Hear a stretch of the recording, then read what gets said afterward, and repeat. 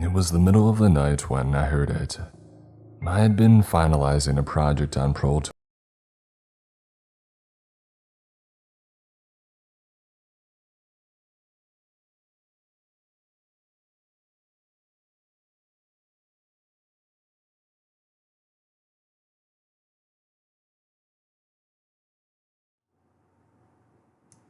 Hi there, Fatal the Savage Queen here.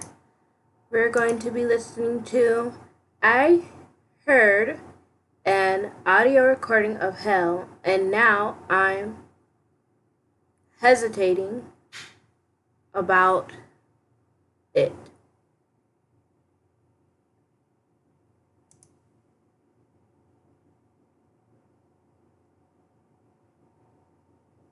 I probably said that wrong.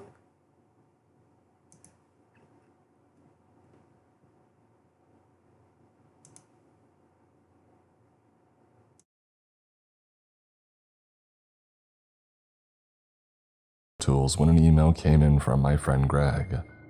The subject line was, "Let me know what you think." There was nothing in the body of the email, but there was an attachment. A .wave audio file, less than a megabyte in size, and it displayed a 30-second runtime. I sent back an email asking what it was. He responded quickly, saying that's what he needed me to find out. I'm not surprised Greg had emailed me about it. I'm a sound engineer and I do post work for documentaries and some low-level TV shows. I mix, design, and clean up audio. I do Foley and score. I'm good at everything, but not great at any of them. But I also know Tor networking and frequented the deep web, using multiple VPNs and a customized sound room / Faraday cage that I had built myself. In the second email, Greg told me that he had been sent the file from a Reddit link which was now gone. The subs were taken down and the spark around it quickly went out. But the file came back online and started moving through Telegram and Discord. More and more people listened to it, debating and theorizing what it was. One person managed to track the file back to the dark web, but from there it was impossible to trace to an origin. All it had was a name, Inferno.wave. I ran the attachment through 2 full scans of antivirus software that I had modified myself. It came up clean on both. So I downloaded it and opened a visualizer of the sound waves. They were all peaking consistently. I lowered the volume so I wouldn't blow my eardrums and I pressed play.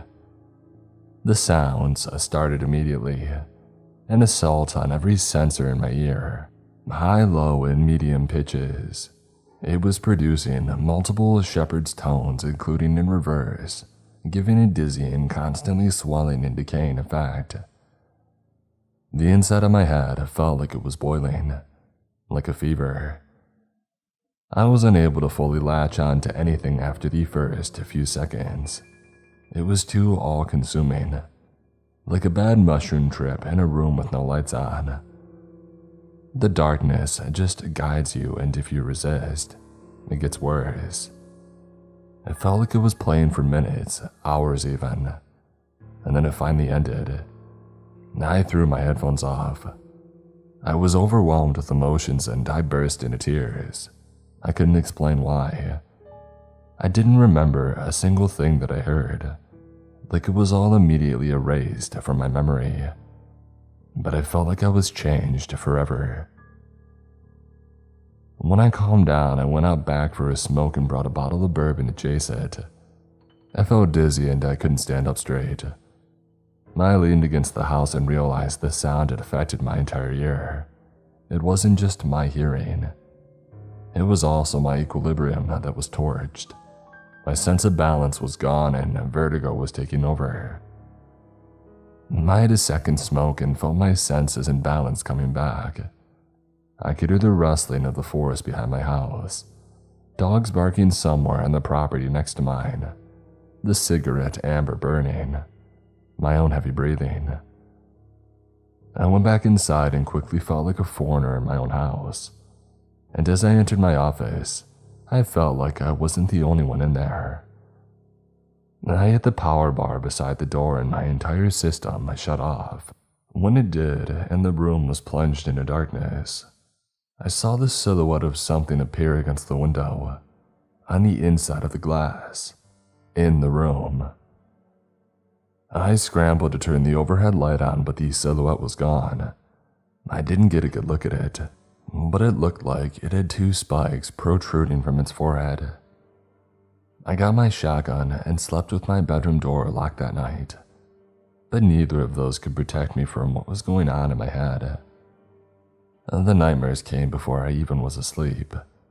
They were horrifying and acted as all dreams do, starting without a point of origin, but continuously moving in a forward momentum. They all ended with me in a terrifying version of Down Below.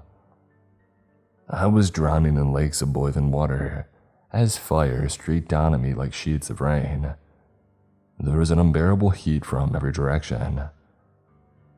I crawled out of the lake onto a moving but solid layer of molten lava. My skin melted and healed at the same time. My eyes burned and mended simultaneously.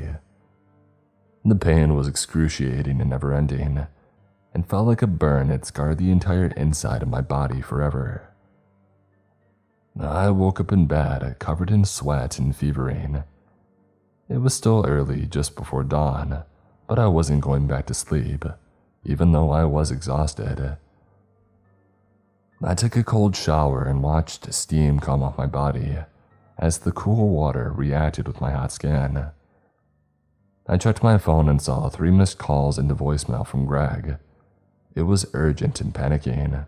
Greg was seeing things he shouldn't see outside of sleep, but they were in his house, his room, following him, chasing him, attacking him. They were flashes of beings from some kind of horrible world. Greg was touched by something he described as a demon made out of dark red mist. The touch had burned Greg's arm badly. When he woke up, his arm was still burned and horribly infected. He could barely move it and it seemed to be moving its way up his shoulder. Greg warned me not to let them touch me. Them. And Greg was convinced that it was because of the audio recording. He begged me, pleaded with me to listen to the file again, to try to decipher it, to figure out where it came from, maybe search for a remedy. The message cut off halfway through one of his cries. I tried to call him back, but there wasn't an answer. I left a message and I told him to call me. I texted him the same thing. After that, I didn't know what to do. Everything had felt off. I decided to make some coffee and try to divert myself from what was going on. I needed some crisp ambience from the deep woods out back for a new project that I was working on. It would be simple and distracting enough. I rolled a joint to ease my nerves and to smoke on the walk. I grabbed my mic, mixer, and headphones and I went out back. Now I have a good chunk of property in my backyard.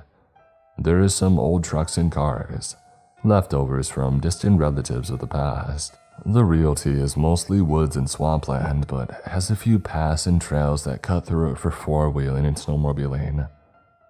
There was a clearing just off the trails that I wanted to get a recording of. The wind came in through the trees in a strange way some mornings, and I'd been trying to capture it right for a few months now. I made it there and was recording for about 5 minutes before everything silenced out. I snapped my fingers near the mic and heard it clearly, but the wind had disappeared.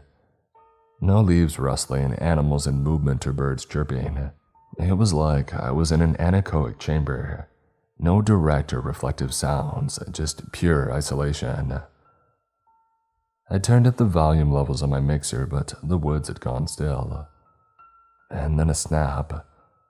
Somewhere off in the forest, a twig broke, and another, but this time in the other direction, and then 2, 3, 4 right after each other. Something was walking, shambling forward. I did full 360-degree turns, but there was nothing and no one out there aside from the trees.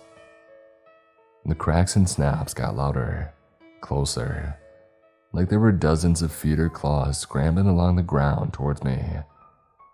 I crouched in fear, covering my head and face and shutting my eyes as a heavy wave of wind and heat knocked against me. I kept my feet and held still, bracing for more. I waited for the sounds of breeze or heat or anything more to come at me, but they didn't come. I stood back up, opening my eyes to see the forest was dark. It had just been this morning, but somehow it was now night. The day had disappeared. I started making my way back to the path to my house, feeling more and more surrounded by unseen predators. A twig snapped somewhere behind me and I spun to check. Deep in the woods, something was glowing, moving slowly a meter off the ground. It flickered a deep red and looked like a marshmallow on fire, floating through the woods. It was coming towards me. I froze up. A deep pit in my stomach formed and I was brought back to childhood, to the one time that my parents had took us camping. As a kid, I had burnt my sister's face with a marshmallow that I had let catch fire. Now it wasn't intentional, obviously, just goofing around and it turned into a bad accident, but it left a nasty scar on her cheek that I still don't think she'll ever forgive me for. The little ball of fire traveling forward through the trees looked exactly like that flaming marshmallow. I picked up my pace, finding the path and making my way back to my house. I checked over my shoulder and saw the ball of fire was still following me. My run turned to a sprint. I didn't look over my shoulder or slow down until I was through my back door and it was slammed shut. As I caught my breath inside, I saw the ball of fire float past the window and out of sight. I checked my phone and saw more missed calls from Greg and voicemails. I listened to the first one, but I had to turn it off. The whole recording was Greg crying in pain and fear, just begging for help. I went back upstairs to my office. Whatever we had listened to had affected Greg in a deep, psychological and hallucinatory ways. It was starting to do the same to me. I turned the power bar back on and lit up my system and my monitors. I sat down and drank more bourbon, though I didn't think anything could take this edge off. I put my headphones on and I pressed play on the file. I was immediately thrown back to a familiar and horrified state. The sounds refound their groove in my ears again, and my muscles tensed and then shut down. This time, I was remembering everything. Over the years, my ears had become so attuned to nuance, I was able to decipher everything that I was hearing from the file. There were horrific cries coming from fire lashing and water boiling and bubbling. I could hear storms of violent nuclear thunderclaps that shot through my head like electroconvulsive therapy. Fiery rain that hit the lava-hardened ground like tiny meteors. Flames whipping against bare skin. Pain and suffering. There was something like a huge, powerful generator fueling it all that sounded like it was all very nearly about to explode. A leviathan of bass and sub-bass vibrations, shaking so strongly they were creating some kind of war drum effect. And underneath, there was a rhythm. Some strange harmony under the chaos, like chanting or a prayer. And then it ended and the world was thrown into silence and stillness. The room felt darker and my body felt like a lead statue about to topple. I sat quietly for several minutes before I felt the world shift back on balance, and my mind wandered right back to where it was. I thought about the sounds, the screams in particular. I had heard all kinds before. In one documentary I worked on which followed the horrible events that happened in Rwanda, I had heard my first real death screams. There had been new audio recordings out of some of the towns that had been ravaged by the armed militia, and they were horrific. It wasn't just that you knew the screams were real. The sounds hit differently entirely. They landed somewhere deep and dark in your heart. I heard once that you could tell fake screams from real ones because these souls were trapped in the sounds of the real one, and they reached out and held you.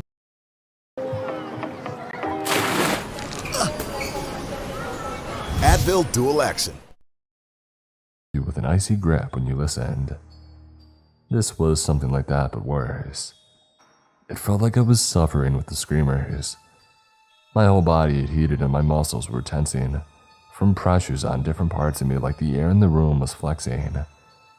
I stared at the file, sitting there on my desktop between my projects and my music. Inferno.wave. My phone buzzed. I checked the screen, hoping for Greg, but it was his sister Carly and she was crying. The family wasn't sure how it happened or why, but Greg was dead. Somehow Greg had caught fire in his room. He ran outside and he had jumped into the family pool. But he kept burning. It was like the water wasn't touching him. Greg had climbed out of the pool giving up and he died in the backyard. His body burned to a crisp, and the immediate thought was that it was self-inflicted, but there was no sign of fuel or accelerant used. In fact, they couldn't tell how such a blazing hot fire could have erupted on his body, without leaving a trail out of the house, or burning a blade of grass in the field that he had collapsed in. Carly asked if I had talked to him recently, if I had noticed anything strange about him, if he had mentioned having any of these thoughts. I was in shock, but managed to offer my love and prayers, while claiming that he had seemed fine to me, which was true. Outside of the last day or so, he was his normal goofy self. The only thing that had changed was the audio file that he had listened to. I told her that I would stop by the house later to see them, and I thanked her for calling me. When I hung up, it all became real. I had to figure out what that file was and where it came from. I started up a program that I had created that used different audio translation filters to help with identifying languages and some of the projects that I worked on. The programs measured for both pronunciation, sound, and grammatical shape and origin, discerning the language genesis. I was getting back some strange results. At first, it wasn't identifying anything at all. I had to restart the program twice. And then it began partially recognizing elements of words in Greek, Aramaic, Demotic, Hieratic, and Coptic. I separated the dialects, whatever they were, from everything else. The words came out in a strange, lengthy grouping. They sounded like a prayer but worked in a perfect loop, ending on these same notes as they began, which was similar to the shepherd's tone. I put the phrases through a search engine. I only received one result, which led to some back-channel website that explored ancient, dead languages. The result gave me chills, claiming similarities to and including the divine language. I sent an email to the site moderator, who was a professor in philology and linguistics, with the prayer translated into a readable series of words, asking for his immediate help. As I waited for a response, I checked the Telegram chat rooms that Greg had mentioned, and they gave me more chills. Everyone posted had been complaining about the same things that Greg had experienced. Some of them were more personal. The more frightening stories described watching their friend or family member or coworker go up in flames 2 days after listening to the audio file. They would begin by coughing up smoke, and then their skin turned dark like it was burning. Their insides would begin to melt, and then they would spontaneously combust wherever they were. I closed the chat rooms and decided to go out for a smoke. I wasn't going through the woods though, not after last time. I sat on the back edge of the yard and looked out into the woods. I looked at a few of the old cars in the back rusting over. I thought about how I used to play in them. I smoked my first cigarette in one of them. First beer, first girl that I made out with. They held a lot of memories. Sitting there trying to break down what was happening, all I could come up with was that some sound frequency project or experiment or weapon had leaked out or was unleashed and was spreading through various social media channels. I had read about shady government programs focusing on sound waves and how they alter brain waves to suit various needs. Some needs were more malevolent than others, so this idea didn't seem far-fetched. But then there were the hallucinations. In the extreme heat, I kept feeling like a fever blanket pulsing over me in waves, all of this was deeper than some Manchurian candidate trick. I knew there was one more possibility, however insane it seemed to even think, that the file was somehow, some way, an audio recording of down below. The idea that there was a place like this, let alone that someone had been there and recorded the sounds and admitted and put it online, it was insane to me. But here I was. The ambience around me drained out and the burning of my cigarette was amplified. I focused on it, watching it burn. All of a sudden, there was smoke all around me. I tried to get up, but I was no longer on the back steps. I was in the driver's seat of the rusted Jeep out back. I was seatbelted in. Smoke was funneling through the old truck from the back seats as a deep red was glowing out from it. Something was in the back, a dark silhouette amongst the smoke. I struggled against the seatbelt, but it burned into my hands like it was made of fire. The sounds, the horrifying screams from the depths of whatever place was on that file, screeched out from the back seat. And then Greg's voice came from them. "I'm waiting for you, Johnny. I'm keeping your seat warm." I yanked myself forward and shot up in bed. The Jeep and the backyard were gone. I was in my room now, halfway under the covers, drenched in sweat. I had been sleeping. Another nightmare had shook me. I got up. The loss of balance was back, like the world had shifted slightly and I hadn't adjusted. I could see into the hallway, which was pulsing with a new, deep red glow before plunging into darkness. That same levitating ball of fire, the size of a marshmallow, floating past my doorway, moving towards the stairs down. I walked out into the hallway and the red pulse continued to glow off and on. The fist-sized, flaming ball was at the end of the hallway. It moved down the stairs, disappearing on the first floor. I followed the ball down, putting my hand on the walls to balance myself, but found that the walls and the railings were perspiring. Everything was beading with sweat. The air on the first floor was thick with humidity as I walked through it. It felt like gravity was now pushing and pulling horizontally to the sides instead of vertically down. In the main entrance, I could see into the kitchen, which opened up to dual sliding back doors made of glass. They looked out onto the deck, which had a 10-foot drop down to the ground below. A figure was standing on the deck, looking down into the backyard. The figure turned back and smiled. It was me. And then it stepped over the edge of the terrace and fell. I nervously walked through the kitchen and out onto the deck. I peeked over the edge. Heat burned the skin of my face. My eyebrows curled. My mouth went dry. The pits of below stared up at me, daring me to look away. Pain, screaming and suffering wailed from tiny bodies that looked like ants far below. But they were all people, millions of them. A hand pressed into my back and I felt myself go over the edge of the deck. I turned back to see who had pushed me, and I saw myself there, smiling. I kept hoping this was a dream, that I would wake up during the fall down below. But I didn't. I kept falling and the heat got hotter. I hit the ground like a brick. I felt the hardened, molten lava burn through my skin and pulverize the bones in my body as I landed. I couldn't move. I was a mushy liquid that was slowly reforming into a solid figure. I could see blurry shapes rushing towards me, horrific sounds screeching from them. And then I woke up. Or rather, I came to and fell forward out of my chair. I was still sitting in the backyard having my cigarette. I hadn't gone to the Jeep or woken up in bed or fallen off the edge. I was still here and the cigarette that I had started was just burning into the filter. I was covered in sweat. My clothes were stuck to me, and I felt like I was on fire. I rushed inside and got in the shower, running freezing water over me until my temperature started to drop. And then I started to cough up smoke. I had no idea how much time had passed since I had listened to the track, and realized that it could have been 2 days already.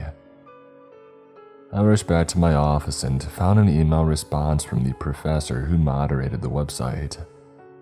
Unfortunately, he said he couldn't help a ton, as it was mostly unknown knowledge.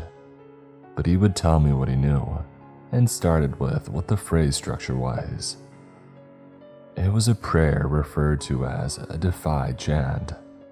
That is, a prayer structured like a palindrome, so it could be chanted backwards as well as forwards, and elicit the same message. It was used to honor or worship a deity with supreme regard. The use of a palindrome itself could be interpreted in different ways, but the main explanation for it, the spiritual one, was that a palindrome was a message from angels who were watching over you. Therefore, a palindrome could be used to call angels forth for protection. But this defy chant had one portion in the middle that wasn't a part of the palindrome, and it didn't appear to be for protection. The word Halil was detected amongst the chants. The word translated to you-know-what in Hebrew. Halil didn't work the same backwards as forwards, which made the defy chant into something else. I began coughing up huge puffs of dark smoke and my insides felt like they were burning up. I managed to focus back on my monitor and read the final part of the email. The professor offered a simple suggestion: to play the audio recording backward. Everything except for the one word. Halil would play the same, but maybe that word would change the effect. It seemed too obvious, so obvious in fact that it might actually work. I dragged and dropped the file into a timeline just to check. I reversed its flow and placed my headphones on nervously, and I hit play. The sound started in reverse and I began to seizure immediately. My sight went blurry as hallucinations filled my vision and then went black. I felt like I was floating in space, no air to breathe or surfaces to touch. I didn't feel like I was a person. I felt like a spirit, in essence, floating through infinity. Mamba. Take a beat. And then a hole opened up and a bright white light poured into the darkness. From the light, I saw bodies toppling over, falling into the darkness below them. The bodies were human-like, but some of them had wings which were burning away as they fell. The bodies dropped from the sky like a blazing red meteor shower. As they hurled downward, their brightness lit up the ground below them. I saw barren, scorched rock and desert, volcanoes erupting and mountains shaking. The bodies fell into large, slithering rivers of boiling water and fire. They screamed upwards towards the sky. The landscape was like a moving canvas, a biblical oil painting through the fall from heaven, the fall of those. The disgraced angels tumbling down through ash and cinder cloud. From the hole in the sky they would all be thrown from, I saw a vision of the great angels Michael and Abdiel. They were casting out the final disgraced usurper from the midst. Lucifer, at once the brightest light in heaven, was now the great fallen angel, and he was being reborn as the devil, to rebuild his army in his new fallen kingdom. The light from above it closed, and the evils and atrocities of the fallen could only be seen by the red glow of the exploding volcanoes. A horrible explosion of sound shook through the scape, and I felt my essence implode from its power. And then I was back, sitting in front of my monitor. I had wet myself and a pool of sweat had covered the floor around me. My eyes were bloodshot and the tiny hairs in my nose had been singed away. All I could smell was them burning. Hours had passed by, but I was alive. I took another shower, and cleaning myself and cooling down the slight fever I still had, I started to feel better. I wasn't sure if it was in the clear, and I was nervous to delete the file, so I put it into a password-protected folder on an external hard drive, and I locked it in a small Faraday cage that I had built. I went back online and searched Telegram and Discord. The chat rooms had gone quiet. The conversations were there, even if the people who had them weren't. And the file had vanished. It wasn't circulating anywhere anymore. Inferno.wave was gone. All that was left were the ashes of people's lives and bodies that had been torched from listening to it.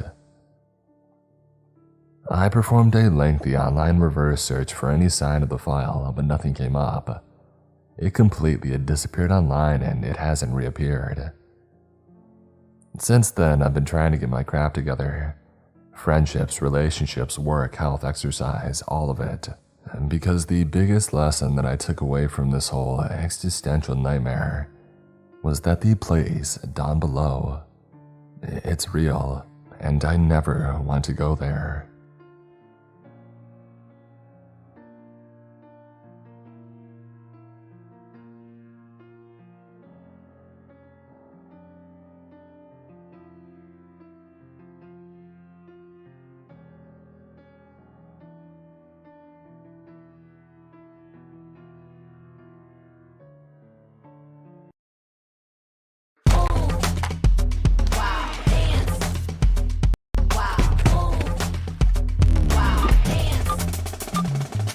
Going like a road runner full speed. So good, make you wanna take a bow.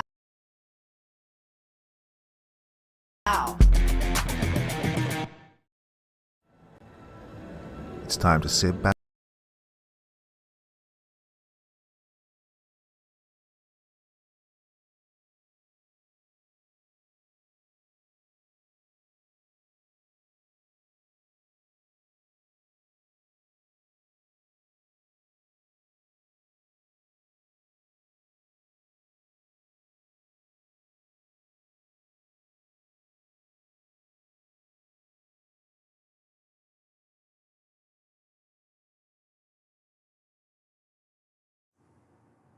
The Devil's Game by Dr. Creepin.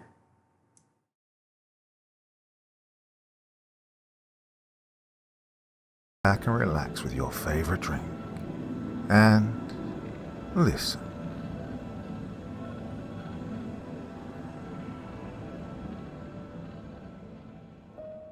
Pray, for devils have no reason. Satan waits to curse your ways. Have you seen it in his eyes in the sunset?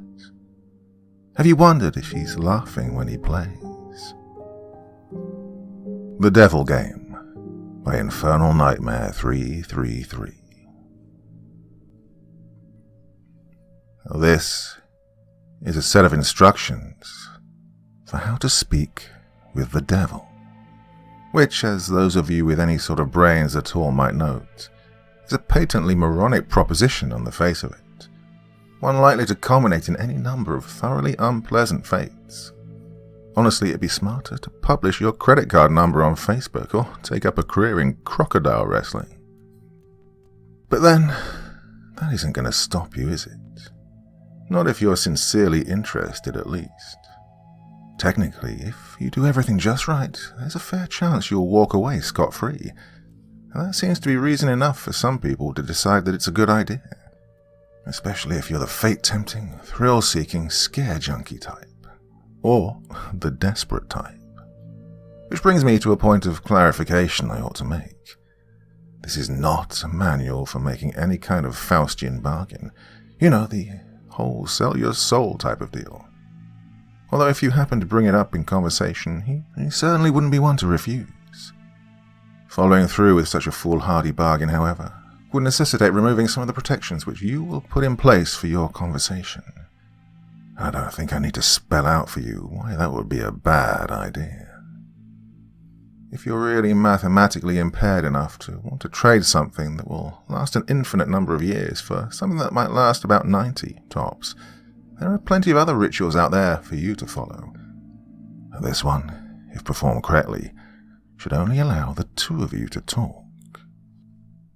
This perhaps begs the question of why exactly you would want to speak with the devil in the first place. Or maybe some of you just like the idea of making small talk with extremely dangerous occult entities, But for the sake of the human race, I hope most of you aren't quite that stupid. Well, the short answer is, he knows things. Things that some of you may have a deep, vested interest in finding out. I mean, he's not omniscient or anything, much as he might like to pretend otherwise. He's not God, but he's definitely got a supernatural advantage over the kind of knowledge any human would be able to obtain. For example, he probably wouldn't be able to predict when the next world war will happen, or tell you the cure for cancer. But he could very well be able to predict the winning numbers of tomorrow's $500 million Powerball drawing, or tell you what deadly undiagnosed condition might be afflicting one of your loved ones. Of course, the Prince of Darkness doesn't just go around giving out winning lottery numbers to anyone who asks.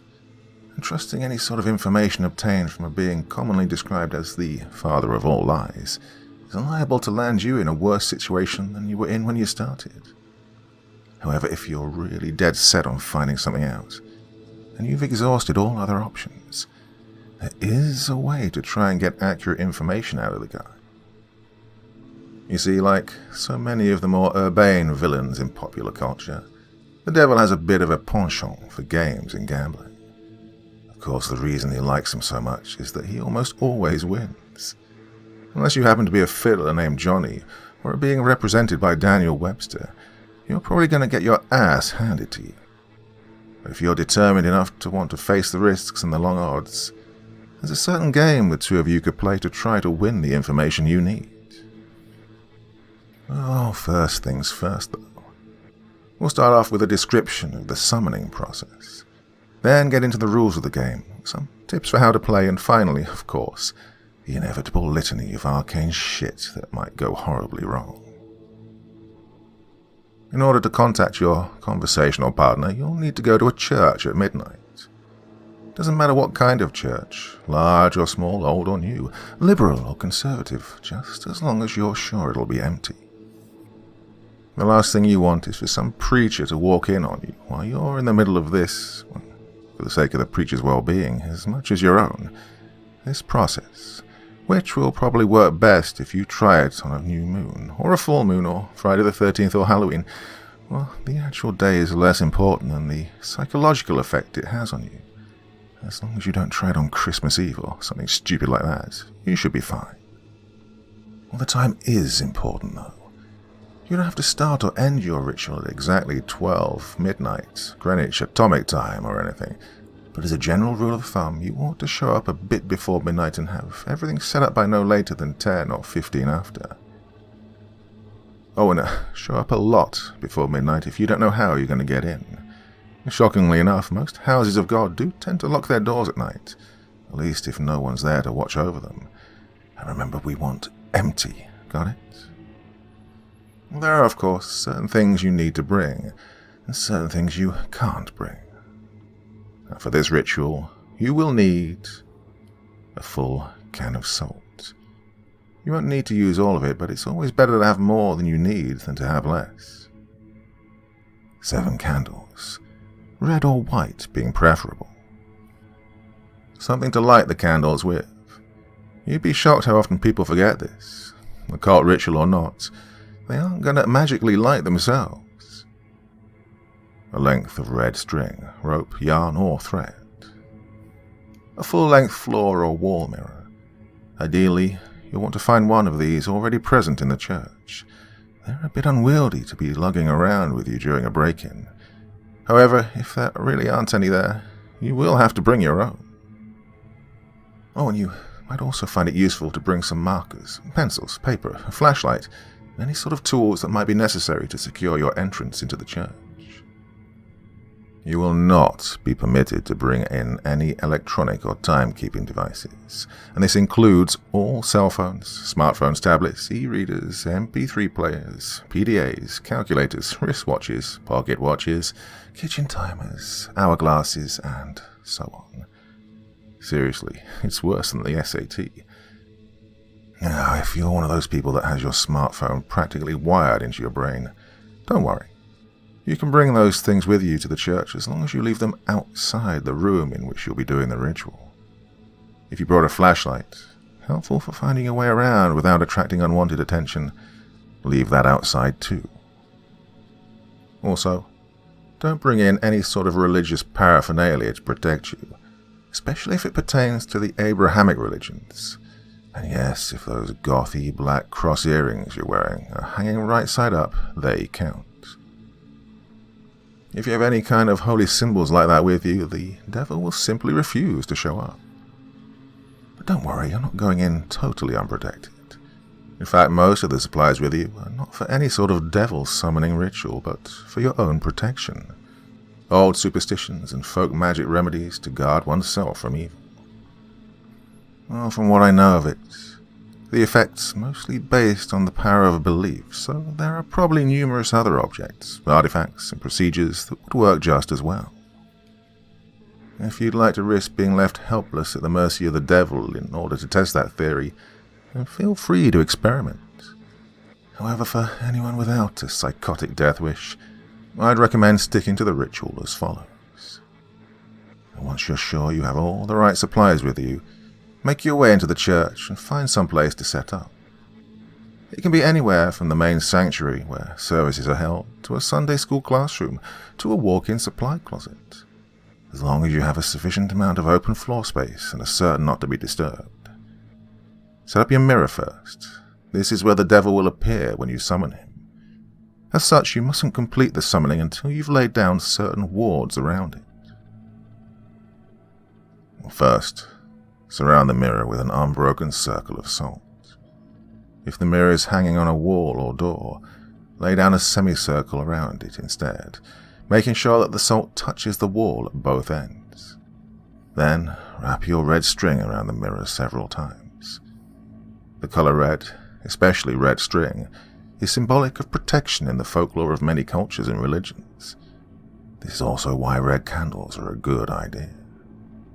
Oh, speaking of the candles, set them up around the outside of your circle, or semicircle, of salt, spaced at relatively even intervals.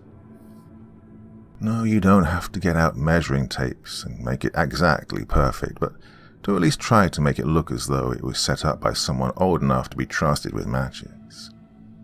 Light the candles in a clockwise fashion, being careful not to disturb the salt. If you break the circle, you'll have to start all over again. Once all the candles are lit and burning strongly, your protective wards are complete. You're now ready to proceed to the actual summoning. To do so, you must first get the devil's attention and demonstrate your resolve by performing some sort of sacrilegious act in the holy space. Turning a crucifix or cross upside down is fairly conventional, but it's not the only option. For example, I know of a kid who once fulfilled this requirement by scribbling obnoxious graffiti all over a painting of Jesus hanging in his Sunday school classroom. But the nice thing about turning a cross upside down is that once you've finished your encounter, assuming you've survived it in one piece, you can just flip it right side up again and no one's the wiser, sidestepping the relatively minor but still irritating task of having your Sunday school turn into a reenactment of the Spanish Inquisition for the next month and a half. After you've finished doing whatever offensive thing you decide on, shut all the doors to the room and turn off all of the lights, so that the space is lit only by the candles. Face the mirror and stare deeply into it, concentrating on your desired outcome. There are no incantations, no arcane strings of Latin that you have to recite. Just look into the mirror and wish as hard as you can for the devil to appear there. After a few moments of this, when you feel ready, close your eyes and count to 10, and then open them. If all has gone correctly, you will no longer see your own reflection. You'll be looking at the devil, or at least looking at the way the devil has chosen to appear to you. Chances are he won't look like your conventional red-horned demon with goat legs and a pitchfork, nor any other sort of terrible apparition. There's no point in scaring you off now. Better to lure you in, make you feel safe. To that end, he generally takes on the appearance of a fairly average, nondescript human being. If anything, he's prone to vanity and will lean towards the more attractive end of the spectrum. The only really frightening part of him will be his eyes. No matter how hard he tries, he can't hide the sinister gleam smoldering deep within them. the malevolent amusement and hunger, like the eyes of a spider contemplating a fly struggling in its web. Well, they're supremely confident, those eyes. Confident and without pity. Don't look into them too deeply, or you'll begin to feel helpless and paralyzed with dread, losing your hope and your will to fight. Since you'll probably be just standing there staring at him in shock for a few moments, having on some level expected for the ritual to fail, he'll initiate the conversation by asking you what it is you desire from him. If you can gather your wits enough to string together a coherent sentence, you should respond with something like, "I wish to challenge you in a game of question and response." Now, even if you don't get the words exactly right, he'll know what you mean, and he'll accept your request with a wide, predatory grin of anticipation. Well, he's been playing this game for a long time, you see, and he's very good at it. Most humans, on the other hand, are very bad at it. Well, this gives him a chance to, at the very least, thoroughly mess with your mind, and at most, well, we'll save that for the litany of shit that could go wrong. You'll have to play it very smart to avoid justifying his expectations. Well, the general rules to the game are very simple, with a few caveats that can make things more complicated. He'll begin by asking you a question. Now, he always initiates the game. It can be anything from a piece of obscure trivia to a riddle to an extremely personal inquiry. Don't worry, you won't be immediately plunged into hell if you get the wrong answer or anything like that. Well, as a matter of fact, he won't even tell you whether you got the answer right or wrong. After you've answered his question, you get to ask him one in return. Now here's where the consequences of your response come in. If you answered his last question correctly, he'll respond to your question as honestly and accurately as he's able. However, if you answered incorrectly, he's free to lie to you as he sees fit. Perhaps if you've asked him something you're better off not knowing, he'll tell you the truth about it anyway. More likely, he'll feed you the most insidious, damaging lie he can come up with. Either way, after he's responded, he'll ask you another question, and the process will repeat over and over again until you decide to call it quits. Now, you may be sitting there thinking that it sounds fairly easy to get the information you need. All you have to do is wait for a question you can answer correctly, and then take that opportunity to ask him what you really want to know, ignoring everything else he said. Well, it's not that simple. The devil will never give you an easy question, one that you can be completely sure of the answer to. He may instead give you questions that you have some vague knowledge of, that you think maybe you know the answer to, but aren't really confident, thus forcing you to endlessly second-guess yourself, obsessing over whether or not you can trust the information that he gave you next. Perhaps you'll think that what he said was a lie, wish it was a lie, but be eternally consumed by doubt, unable to fully convince yourself that you were wrong. Or perhaps you'll have to make a huge choice based on the information that he gave you, and be tormented by fear and indecisiveness as you realize that your fate, and perhaps that of others as well, rests entirely upon whether or not you were able to correctly recall some arcane piece of trivia that you don't even remember now. Oh, you'll never remember the exact questions the devil asked you, by the way. That'd make it too easy for you to go back and check on your responses. Or maybe, instead of testing your knowledge, he'll ask you something personal, something you even lie to yourself about. Well, you'll answer back at him thinking you've gotten the question correct. No, I don't resent my sister. Yes, I would turn the money into the police. But he'll know better. He'll know better than you do that you're lying, and he'll lie to you in return, and you'll believe him. You'll believe him until you are no longer able to deceive yourself, and by then it might be too late. Or maybe he won't even give you a chance to get an accurate response at all. Maybe he'll just ask you endless strings of completely impossible questions, making you more and more frustrated and disheartened as you realize you'll never be able to force him to tell you the truth.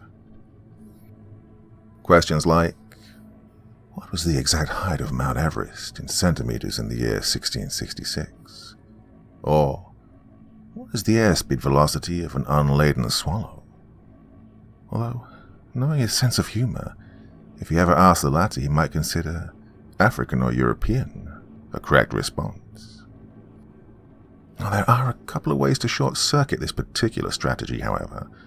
Additional rules and courses of action that make the game more interesting and prevent you from being stonewalled completely. Although in all honesty, he probably wants for you to try one of those options anyway.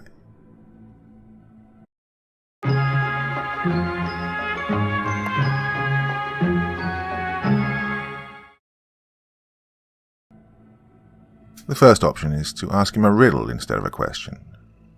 If you somehow manage to stump him and he answers the riddle wrong or gives up, he'll be obligated to give you a truthful response to your next question.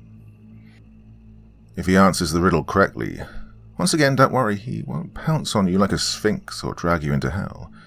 What will happen is that he will get a pass, allowing him to lie in response to one question he'd otherwise be obligated to answer truthfully. Honestly, if he gets a pass, you might as well just give up and quit the game right there. It's nearly impossible to determine when he's telling you the truth under the best of conditions, adding another layer of complexity by constantly trying to figure out when and if he's used his pass. It's just about enough to make any normal person's brain explode. There's no way. Just forget it. The second option is for you to take a dare from him. If you accept it and vow to follow through, then once again he'll have to answer your next question truthfully. If you choose instead to reject it, he'll get another pass. Now, before you freak out and reject that whole idea completely, you should know that he won't ask you to do anything overly dramatic or unspeakably evil, like blow up a hospital or murder someone. As a rule of thumb, most dares won't involve direct loss of life or any major felonies. However, they certainly won't be easy. Inflicting severe pain on yourself, doing something that terrifies the shit out of you, cutting off a treasured relationship, publicly humiliating yourself or someone you love, all of these things and more, things you might not even be able to imagine, are completely on the table. If you're willing to go that far to put yourself in that kind of position, you'll get your answer. However, if he manages to come up with the one thing you know you simply can't or won't do, well, once again, you might as well just quit. And one last thing, don't think you can just tell him you're going to do something and then not do it. If you accept a dare and then don't follow through with it, well, let's just say there'll be consequences. Just suck it up and keep your promise, no matter what it was. Trust me, you're better off that way. Finally, when you've either gotten the information you wanted or given up on it completely, you may end the ritual by simply thanking the devil for accepting your request, bowing politely at the waist and bidding him farewell. The surface of the mirror will seem to swim and flicker for a moment, and then you'll be back looking at your own reflection again. Only when you're absolutely certain that you're looking into your own two eyes again may you turn away from the mirror, flick the lights back on and begin dismantling your protections. Right, now, and this is very important, even if you haven't gotten the information that you wanted, you must end the ritual in this manner before 66 minutes have elapsed. Well, I suppose that technically you have 66 minutes and 6 seconds. Subtle, right? But if you're seriously going to try and cut it that close without any kind of timekeeping device, you're probably screwed anyway. I cannot emphasize enough how important it is that you keep to this time limit. I'll save the reason behind that for the end, but don't skip ahead. I've still got a few important tips on how to play. 1. Be very careful what sort of personal information you give out. Try not to talk about yourself, especially your emotions and problems, any more than absolutely necessary. This guy knows human psychology like the back of his hand, and he will get inside of your head.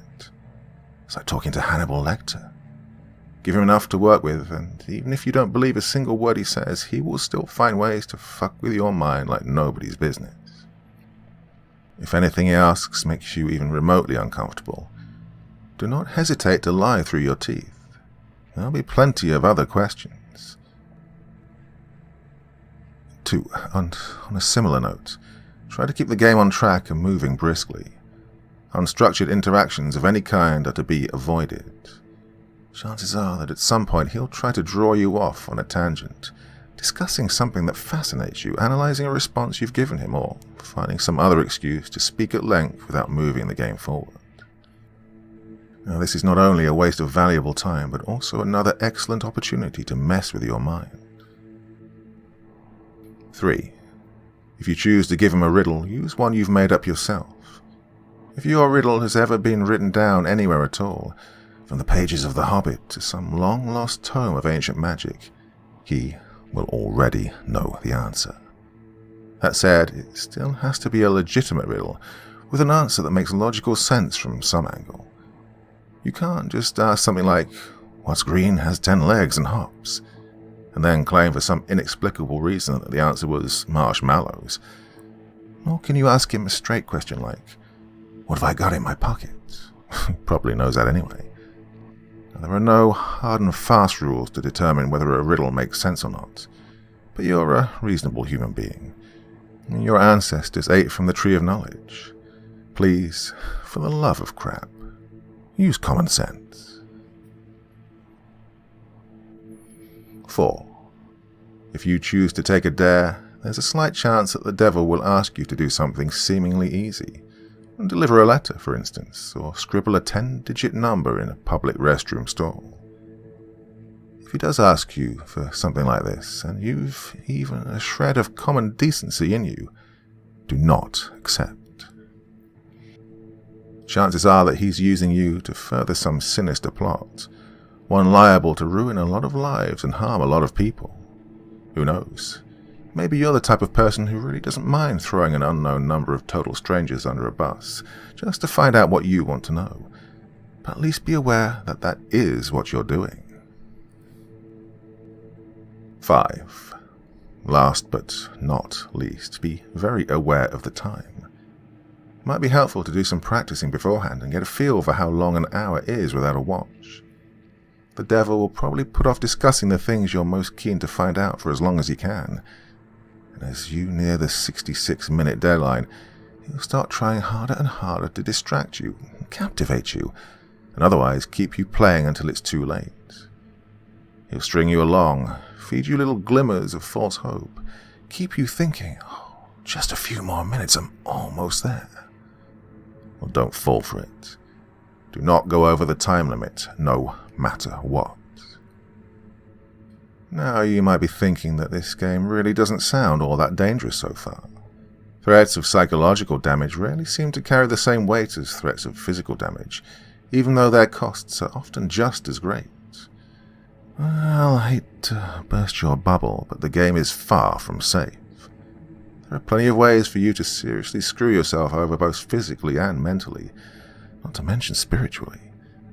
And it is with these that I will conclude, in the vain hope that they may make some sort of impression. First, while you are speaking with the devil, do not let him out of your sight. Keep staring into the mirror no matter what happens. He'll undoubtedly try various tricks to make you look away. Oh, you'll hear noises behind you, feel eyes on the back of your neck, see shadowy phantoms writhing in the depths of the mirror. A cold breath will blow upon you from behind, smelling like the crypt. A deep silence will settle, only to be interrupted by a loud smack directly behind your head, giving you just about the worst jump scare you've ever had. Hell, the devil may even abandon a measure of his own dignified facade and give you a sudden jump of feigned shock, shouting loudly and pointing behind you with a very convincing look of terror on his face. Whatever he might test you with, you must not look away from him. If you look away, if you lose sight of him completely, even for 1 second, you'll look back at the mirror to find him gone. Well, not gone. Out of the mirror. In the room. With you. Exactly how much of your body the police will find the next morning, and what state it in, will depend entirely on the sort of mood he's in. The same thing goes if you break any of the protections you laid down before the beginning of the ritual.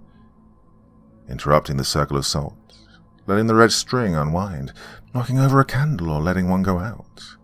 Any of these things will free him from the mirror, and then, well, you're all a bunch of creative horror junkies. I'm sure you can fill in the blanks.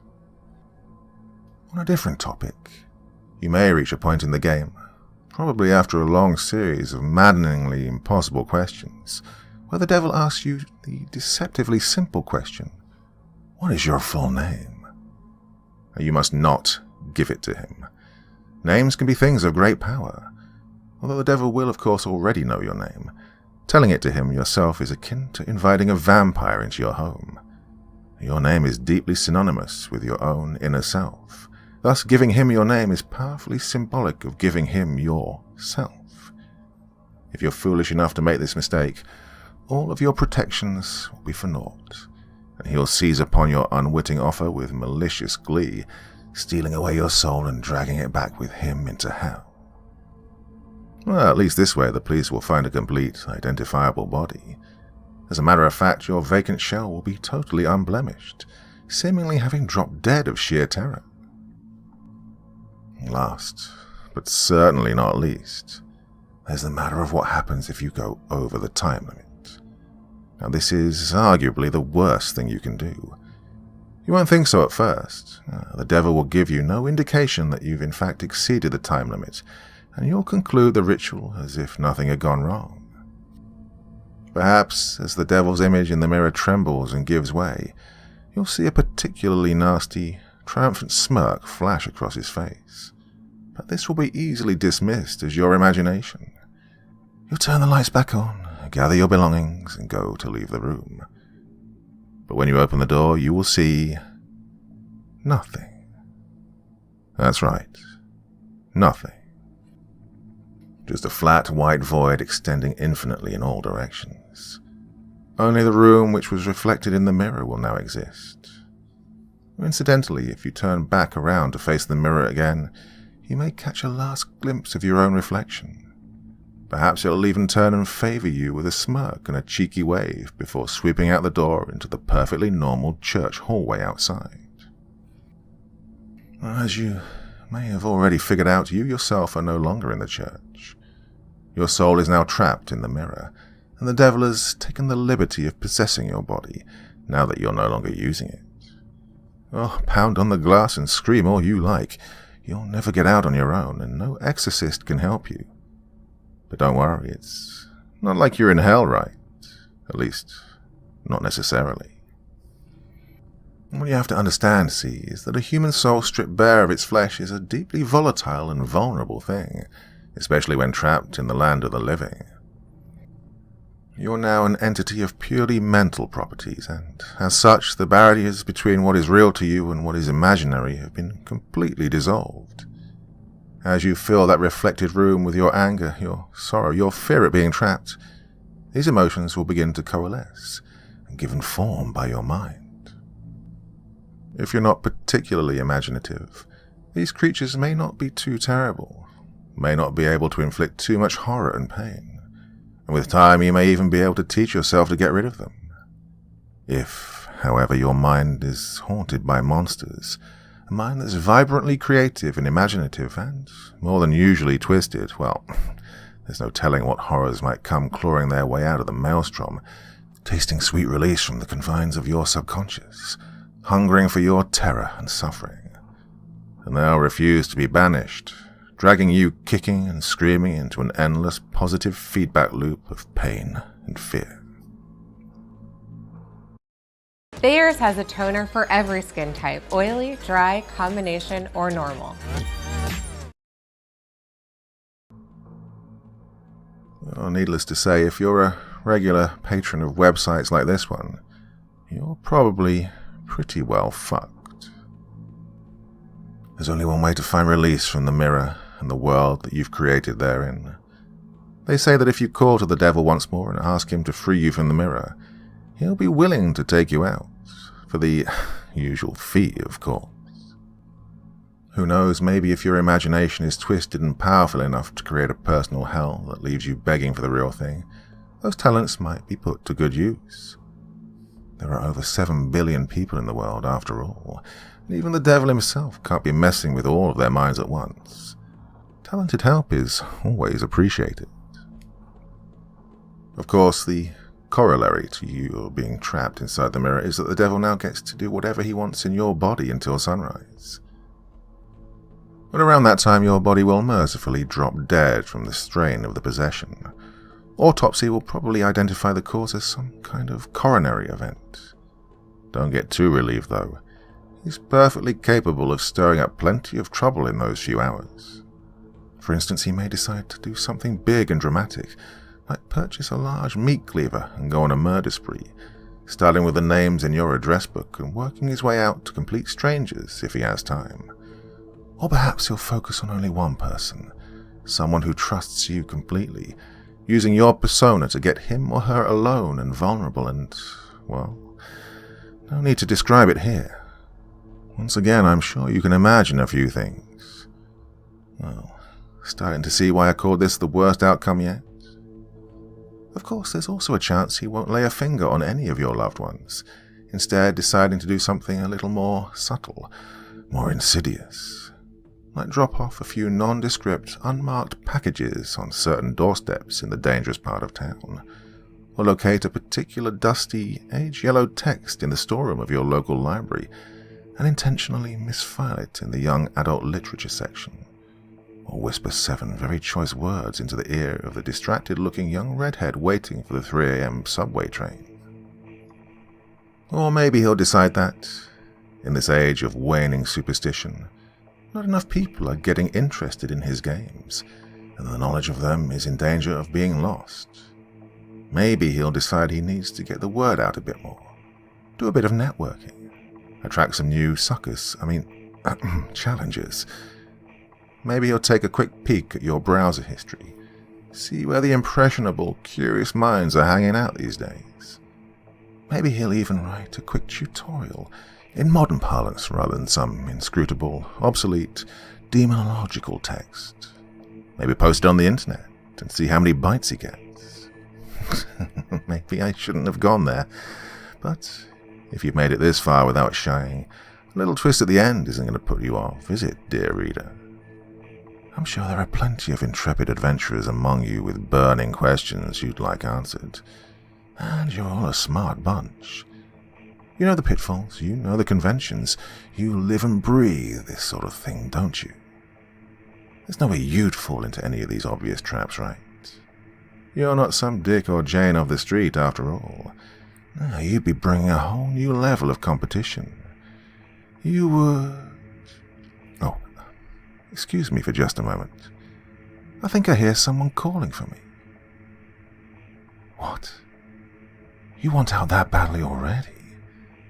Must be one hell of an imagination you've got on you. Perfect.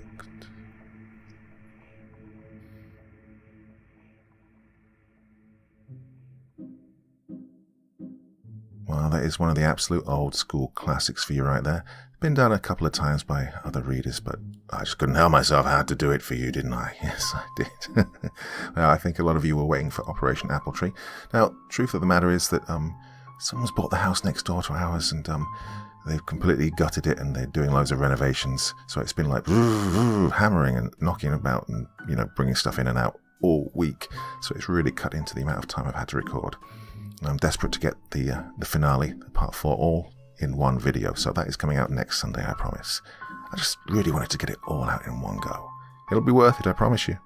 There, not too mad, are you? Good. Well, my dear friends, that is enough for your Sunday evening's entertainment. I will be back tomorrow with something very special as well. Hope you're going to join me for your Monday evening.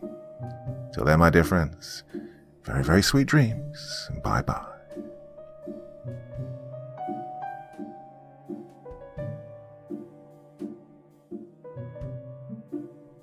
Thank you so much for taking the time to listen to this story today. Really means a lot to me and to the author of the story, of course.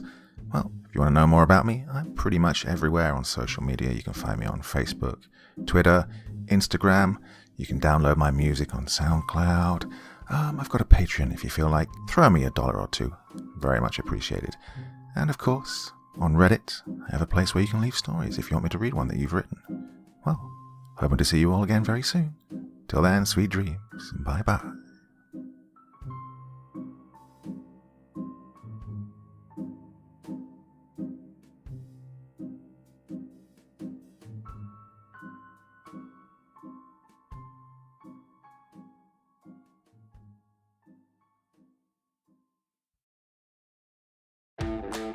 Looking for the best all-around job site track saw system? Get clean and precise cuts every time with the Kreg Adaptive Cutting System Track and Plunge Saw. Now available at Lowe's or other fine retailers. It happened in my bedroom at the age of 10. I always had trouble sleeping and spent most nights tossing and turning. I was a horror film fanatic as a child, and being scared was something that I didn't have much experience with. I wasn't afraid of the dark, nor was I easily swayed by strange sounds or odd encounters. I did, however, know when to get out of a situation or to find a trusted adult. I always slept with my closet doors open, which will come to be of some significance later in the story. I should also mention that my family home was in a heavily wooded area, in what some may refer to as the middle of nowhere. One night at around 1 a.m., I awoke to the sound coming from underneath my bed. It sounded like one of my cats were scratching themselves with one of their feet, or doing something to cause a thumping beneath me. I had heard this same sound many times before, and its source had always been one of my fuzzy friends.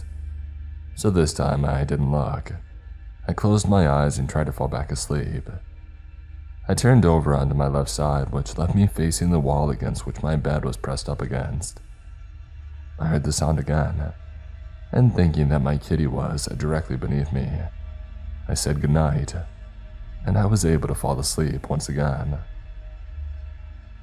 The next time that I awoke, it was to a surreal and shocking scene. The sheet and comforter of my bed were no longer covering me. I saw a man standing over my bed, poking me with his finger, and the way in which he did so was truly horrifying. It was not the way that a child would poke a friend in jest. It was as if he was touching another human being for the first time, exploring the sensation of the tip of his index finger and jabbing at flesh. What I saw was so unbelievable, so impossibly strange that I believed I was dreaming. I tried desperately to awake from my nightmares, but to no avail. The poking continued.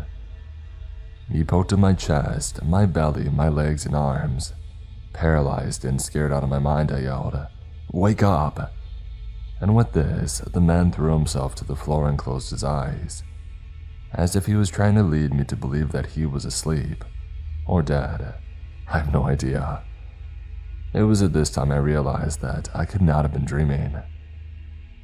I somehow found the ability to move, and I jumped from the top of my bed, over the man lying on the floor next to me, and I ran towards my parents' room.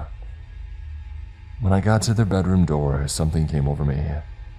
I told myself that this was all impossible, that there was no way a person could have entered our home without breaking in, as we had always kept every door and window locked at night. I had seen many strange things in my home while either falling asleep or waking up.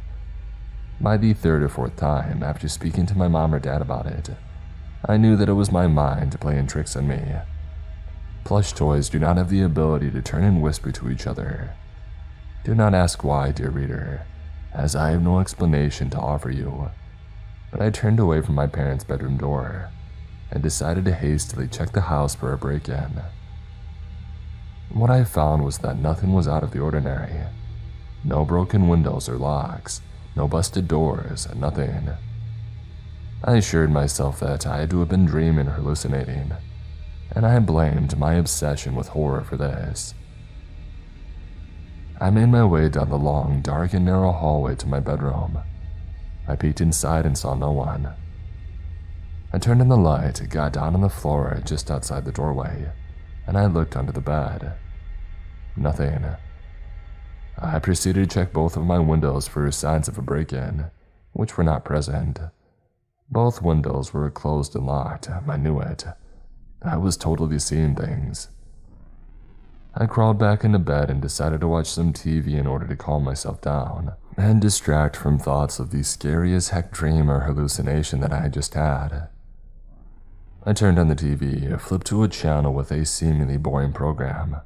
This always helped me become sleepy, and put the remote control on my bedside table. I was lying on my right side, facing away from the wall that I had mentioned previously. As I laid there, my eyes began to adjust to the dark room with the faint light from the TV screen. Just beyond the TV, I saw something that made my heart sink into the pit of my stomach. Inside my closet, with one of the doors asleep, I imagine. I couldn't breathe, I couldn't move. I sat and stared at the man in my closet for what felt like minutes, but was likely only a few seconds. I quietly got out of bed, hoping that the man wouldn't notice and that my dad could catch him hiding in the closet. I once again made my way to my parents' bedroom door, still remaining as quiet as I possibly could, and I went inside. I shook my dad and mom at the same time, and when they awoke, I said, "Shh, don't make any sound. There's someone in my closet." My parents both jumped up and said, "What?" I repeated myself and asked them to please call 911. My mom immediately picked up the phone. Neither of my parents doubted my claim, as I had always been honest and forthright. They both knew that there was no way that I was making this up or that I was mistaken. I'm sure that the look I must have had on my face made it clear that this was really happening. My dad told my mom and I that he was going to look, and he urged us to stay in their bedroom and lock the door. And so we did. At this point, I was beyond scared. I didn't know what the man was capable of, whether he had a weapon or whether my dad was safe. I just stood in the room with my mom and cried. After what felt like hours, my dad knocked on the door and told me that it was him, and that it was okay to open the door. My mom unlocked the door and let my dad inside. I said something to the effect of, "Did you get him?" My dad looked at me with the most unsettling and confused look imaginable. He said, "There's no one there." I assured him that there was indeed a man in my room and that he had been poking Purdue University Global. Apply now at purdueglobal.edu. me. My dad said that he had just checked every inch of the house and found no one. He had also checked the doors and windows just as I had done. And then it hit me. He must have had a key.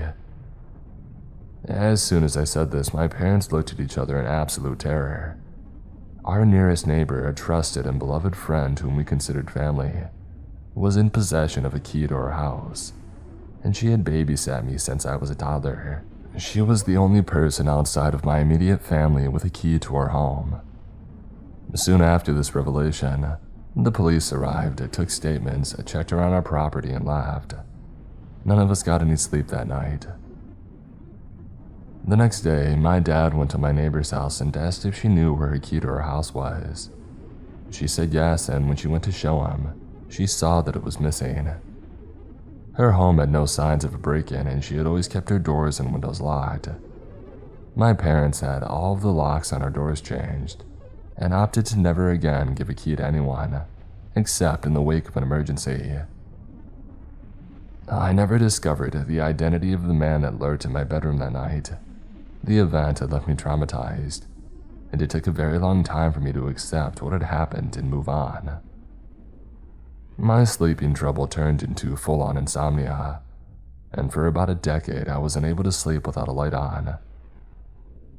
It's been about 20 years since that night, and apart from my parents, I've never told a soul about it until now. I've actually found writing this to be very cathartic, and I'm glad that I finally found a place to share it. My heart goes out to anyone who has suffered a trauma in their lives, and I hope that you are all able to find peace within yourselves.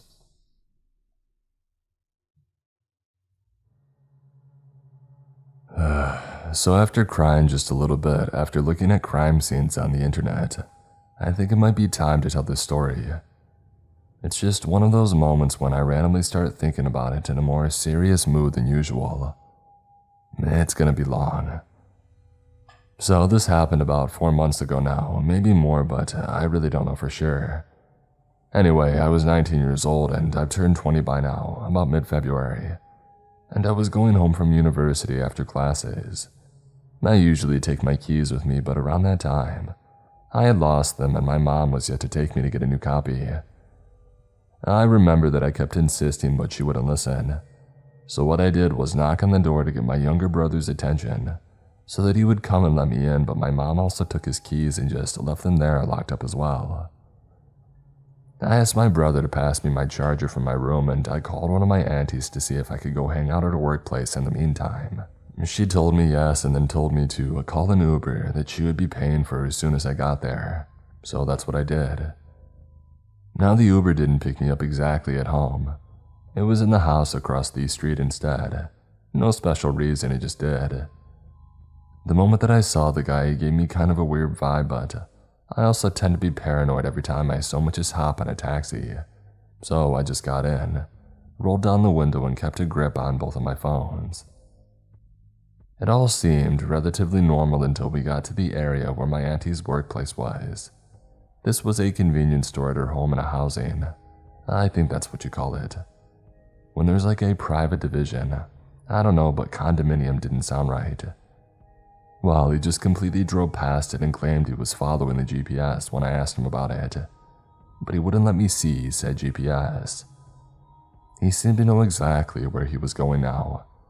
I was kind of doomed from the beginning because I don't know directions, and I could only rely on the driver being a decent person and recognizing the area, which I did. But wherever he was taking me, I had no idea. I remember seeing this fountain that I could recognize from when Mom drove to my uncle's place, but that was like way further away from my aunt's place. By now, I was kind of thinking of what to do because this guy just drove past a ton of empty houses and a couple of them even seemed to be still under construction.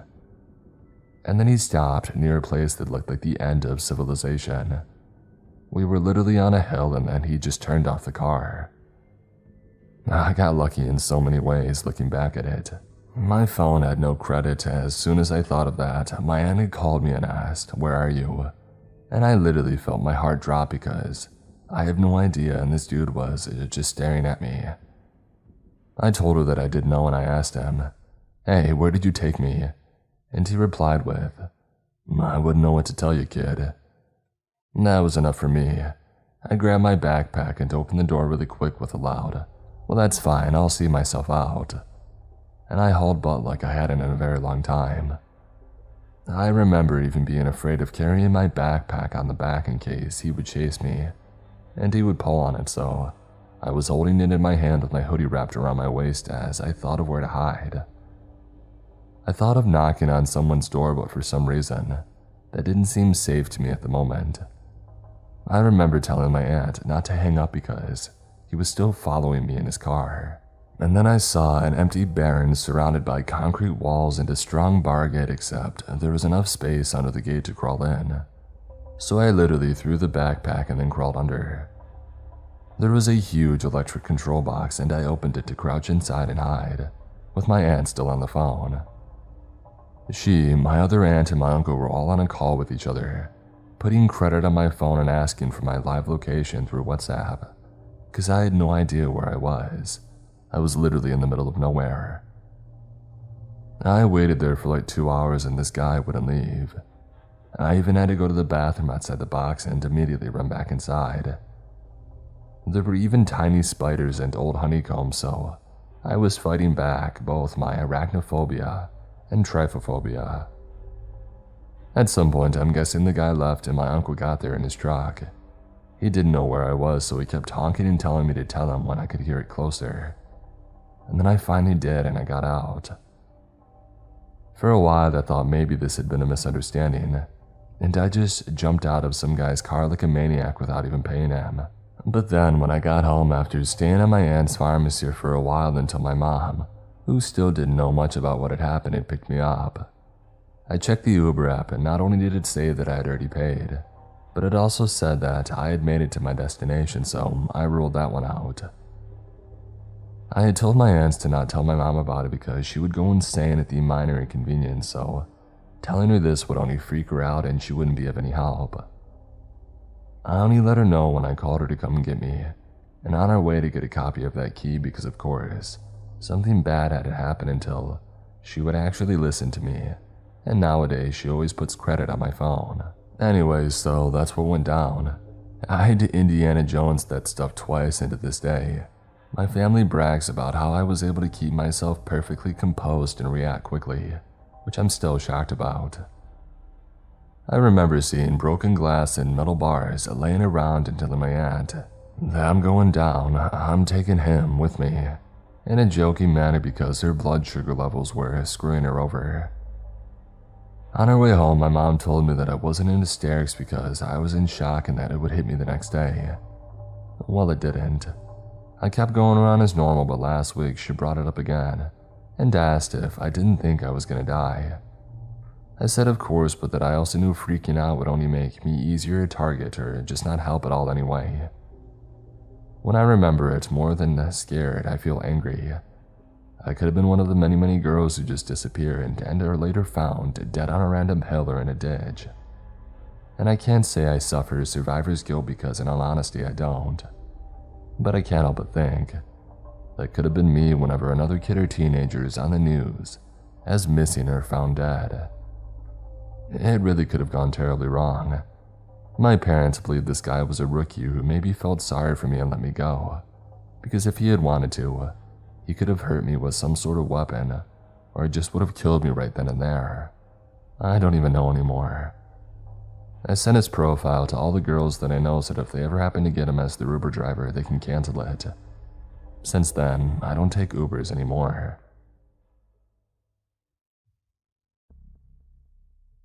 I'm a 19-year-old female French student. Bayer's pH Balancing Cleanser is perfect for normal to combination skin to gently but deeply cleanse. So please excuse my English. This event happened last week. I was heading to my apartment after seeing a friend. I took the tramway at 11:30 p.m. because I didn't feel comfortable walking at night. As soon as I sat, a man who was already sitting nearby came and sat in front of me. I had a very strange feeling about it, so I told my boyfriend by chat. And then I stood up to get out of the tram, but the man quickly got out after me. He was weirdly following me, not walking behind me but next to me. I was getting very anxious and knowing something was wrong, so I continued to walk to the avenue that I live in. I crossed the road and he didn't, so I thought that it was okay. But a few seconds after, he crossed the road too and was walking behind me. And then he passed me and was walking in front of me, so I thought that I was just getting paranoid and that he was just walking his way too. But near my building, he stopped and waited until I caught up to him. He asked me if I had a boyfriend and all. I answered, "Yes, sorry, good evening," as polite as I could be. He proceeded to leave in front of me, so I was walking slower for him to be far from me, and to make sure that he didn't know that I was almost home. I turned into the little pathway heading to the lobby of my building, but I was still anxious about this man even though we continued to walk. I thought that I had to put my keys in my pocket, but they were in my bag. I was shaking so much that I tried multiple times to grab them. I managed to finally get them, and I opened the magnetic door, but thought of closing the door immediately after me in case the man wanted to follow. The door was closed, but the magnetic system wasn't on, yet that the man was running to it and he pushed it violently with horrific eyes looking at me. The door is made of glass, so I totally saw him. And that's when I knew that I was getting into real trouble, so without even thinking, I screamed as much as I can and think that that's what saved my life. Immediately, the man ran to me, pushed me hard on the ground and started to choke me out. I was too stunned because I wasn't prepared for such a horrible act. While he was doing this, I couldn't scream at all or even breathe, and nobody was coming, so I really thought that I was going to die looking to his bulging eyes staring directly into mine, with pure hate. I'm pretty small, so I wasn't able to do something with my arms at all either. I think it wasn't that long, but it felt like an eternity, and I lost consciousness for a moment. When I opened my eyes again, he had just run out, and I saw the caretaker's wife besides me. The caretaker was chasing after the man but didn't manage to get him. He came back and called the police that caught the man within 10 minutes thanks to our description. I really don't know why he did that to me because when he attacked me, it wasn't sexual or he didn't try to rob me, which would have been easy. I can't understand that his only goal was to kill. I'll never be thankful enough to my caretaker who came to help me and save my life, because nobody else in the building called the police or tried to help. The man was judged 3 days later and is in jail now, but denied everything even if me and the caretaker identified him, and that there was video proof of him following me.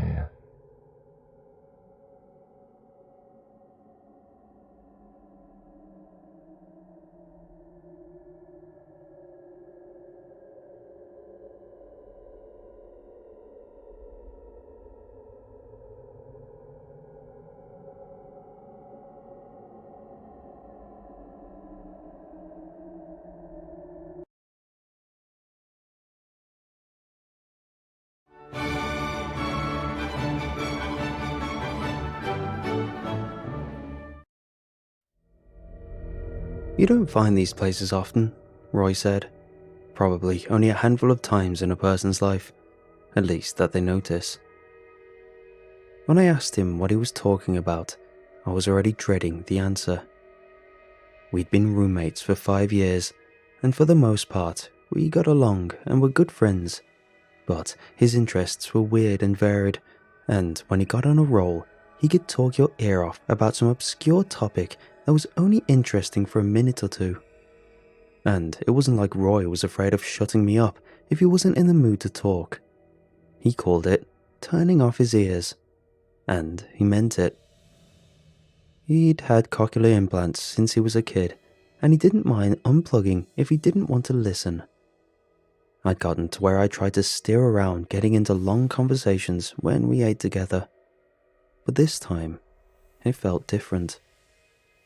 He was jittery acting, almost like he was scared of something or had gotten some bad news. We were just sitting in our living room eating leftover pasta, but Roy kept looking out the window like he was expecting someone to break in on us. It was weird, you know. Something was wrong. So I asked him what was going on, and he started to say nothing. But then he seemed to change his mind. Told me that you don't find these spots often, but it does happen, if only a handful of times in a person's life. I asked him what he meant, and when he kept talking, this time, I listened. It's that feeling you get. Look, have you ever been somewhere and it felt different than it should? Like more empty or more creepy or just like you're unsettled but you don't know why? That's what it feels like. I'm not talking about places that are obviously creepy or dangerous or whatever. I'm talking about normal places, maybe even places you go every day, that don't feel normal this time. That's when it happens. Sandra's that girl I was telling you about. Sandra told me about this game she played when she was a kid. She was an army brat, and she picked it up when she was overseas. Back then, she used to play it with a group of kids that told her about the game, which they'd apparently learned from another base kid that had come through years before. But they wouldn't actually play it. They acted like they had, but she thought they were lying. They all looked kind of excited and spooked when they brought it up to her, not as an invitation for them to all play, but as a dare to the new girl, or maybe just to impress her. They called it the mumbling game. The name didn't make any sense to her at the time. The game wasn't about mumbling, if you could even call it a game at all. You couldn't play it all the time, or at a place of your choosing. There was no score, no way to compete with others. It was just... Well, it's easier if I just tell you what it is instead of what it isn't. The idea was that there are certain places that, on rare occasions, will feel off. Like I said, lonely or creepy or dangerous in a way that doesn't really make sense. Sandra told me that most people just ignore the feeling or try to leave as quick as they can.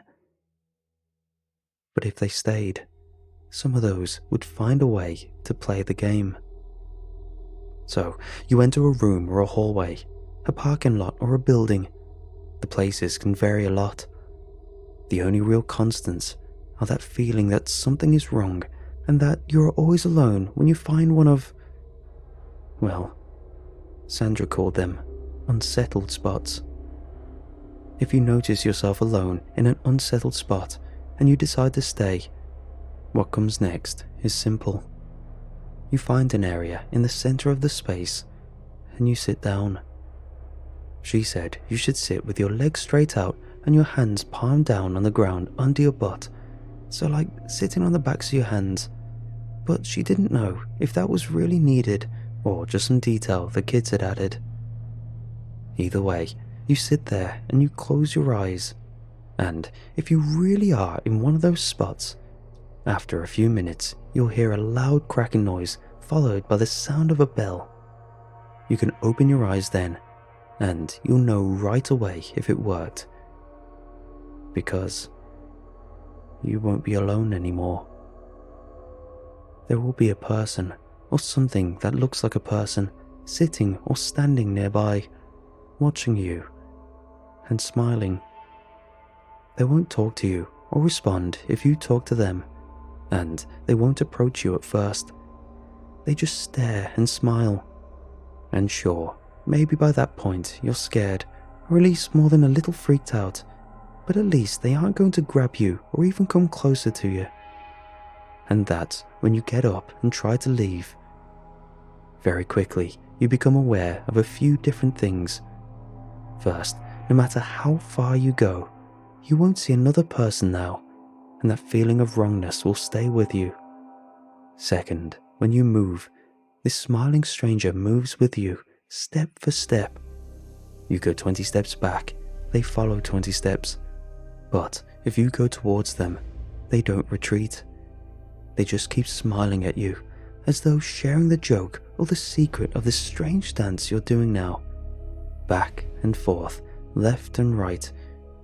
You can't shake them, and depending on their gait compared to yours and the directions you take, the gap between you is closing all the time. I'd laughed and asked Sandra what was supposed to happen if they caught you. Her face was serious when she answered me, so the kids didn't like talking about that, not directly, but the couple of times they had, they'd use the Tagalog word, sampa. She said it meant something like to climb or to ride. I then asked her the obvious questions. If playing this game got you stuck in some bad version of the world, why would anyone play? And how would anyone know about it if you can't get out to tell them? You can get out, she said, but only by going back the way you got in. If you panic and just run off, or if you get to a place that your new companion has blocked you from getting back, sure, you could be screwed. But so long as you remember and keep your head, you can usually just go back out the way you came. You'll walk until the bad feeling goes away, and when you turn around, the thing following you will be gone. Sandra said that for days after telling her about the game, the other kids would tease her about it, but it was easy to make excuses as to why she couldn't play, as it just wasn't a very common thing for her to be alone or run across some spot that felt weird.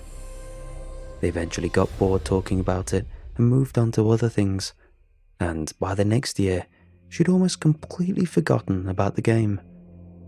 It wasn't until a last weekend before moving back to the States that she had a reminder. She cut through the small garden center at the unbased PX. It was like a store for military families on the base, so the store wasn't closed or anything, and it was the middle of the afternoon, but there was no one else around. That wasn't that strange, but something still caused her to stop. She said the light looked weird, and even though she'd been there with her mom a dozen times, she had a scary feeling in her chest that she'd never felt before. It reminded her of the mumbling game, and once the thought came, it had her. Before she knew it, she was sitting down on the dirty concrete in the middle of the garden center and closing her eyes. After a couple of minutes, she heard a sharp crack. Then a bell rang nearby. She was scared by then, but she had to open her eyes and check right. There was a man standing on the far side of the garden center now, just standing there and staring at her. He wasn't dressed in fatigues or a uniform or one of the outfits the people in the store usually wore. Everything he wore was grey. Grey pants and shirt, even a grey fringe of hair around a pale scalp. Maybe it was her imagination, but the teeth he showed as he smiled at her even looked grey in the light. Her reaction was immediate. She jumped to her feet and started to run out of the garden centre, casting a glance back to see if he was following. He was. His strides long enough he could keep pace without fully having to run yet. And that's when she remembered the rest. Hard as it was, she made herself stop, and as soon as she stopped, the smiling man following her stopped too. Shaking, she made herself think of how she'd come into the garden centre, and when she'd first started feeling the strangeness that had stopped her in the first place. It had been just a few feet before she entered the chain link area where they kept the mulch and fertilizer, and to get back there, she was going to have to go closer to the man. Much closer. She was just 11, but I think she was a smart and brave kid. Told me she walked slowly, every step tense, as she watched for some sign of him moving towards her. He didn't move a muscle at first, just stared and smiled, his eyes following her as she crept nearer. It was when she was just a few feet from being past him that the smile fell away and his lips began to move. She could hear him speaking, but the words were too low and deep for her to make out anything. Walking faster, she passed within 10 feet of him, but he just watched and mumbled as she went past, until she reached the point of moving away instead of moving closer, of course. Then he began to turn. She bolted, running back the way she had first come, knowing that at any second a cold grey hand would close on her shoulder and neck. The feeling of wrongness had been gone for a few seconds, and she could see people moving around the parking lot now. And when she finally slowed down and looked back, the man was gone. Sandra said she never forgot about that afternoon, but she'd never seen that man again either. Said she figured she'd gotten away in time and that she'd left the game behind when she escaped. That was 15 years ago, man. Then, last week, she was working late. Her office was empty, but it didn't normally creep her out or anything. This time, it was different. One minute, everything seemed normal. The next, she felt this. She said it was like a weight settling on her, or the air pressure changing way faster than it should. Even after all that time, she knew what it was right away. Her first thought was, "It's okay, don't panic. I just need to not play again and leave. It'll be fine." It was then that she looked behind her and saw the man from the garden centre, staring at her and smiling just 10 feet away. She ran, of course. Of course she ran. But like I said, she's smart. She made sure she left the same way she'd come into the office, and she was bigger than when she was a kid, with a much longer stride. She managed to stay away from him until she got out to a car, and by then the feeling and the man were gone again. She said at the time she was too freaked out to think straight or make sense of it. She hadn't played the game again, so why had the man come back? It wasn't until she calmed down and thought about it some more that she realized the truth. She had never stopped playing. Sandra said that she thought these weird places, these unsettled spots, were places beside or underneath our world. They looked similar, but they were wrong somehow, and the things that lived there were wrong too. She said that when she left the spot in the garden centre, that bad version of the world and the thing following her hadn't just ceased to exist. And maybe it hadn't stopped following her either. It had tracked her over the years, moving behind the world and getting closer when it could. And once it was close enough, it just had to wait until she was in a spot that wasn't right, a place where she could see it again, and it would finally reach out to take her. I didn't believe any of this, of course. I thought she was pulling my leg at first, or that she was messed up on drugs or something, though I'd never known her to even drink much, let alone anything that would make her delusional. But the more she talked, the more upset she became, and the more determined I became to try and help her.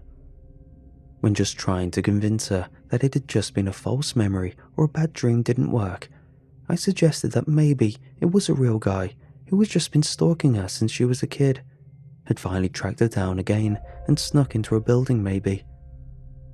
She started crying then, said she'd already considered that, even had security pull the footage from the office that night. It showed her during the time she started to run away, but the camera couldn't see the man that followed.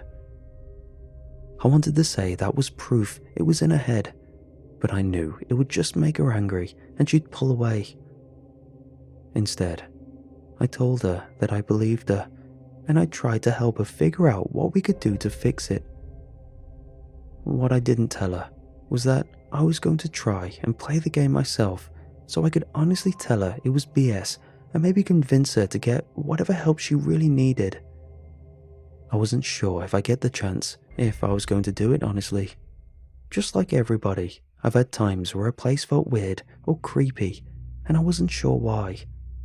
But not like often or anything.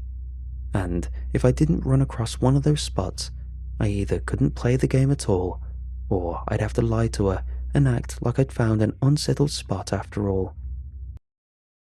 One day, my doctor talked to me about Dupixent.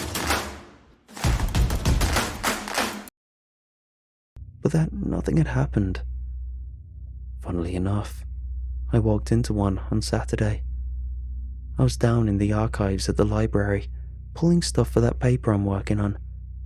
It's always super quiet down there, and maybe some people think it's creepy, but I've always liked it. Felt very at home, you know. But as I walked back to the shelves, that changed. It was like I'd walked into a different climate or something. I was confused at first, and even when I thought of the game, I didn't really think I'd found an unsettled spot. But I did think it was close enough that I could tell myself I wasn't lying when I told Sandra I tried the game in the right kind of place and nothing happened.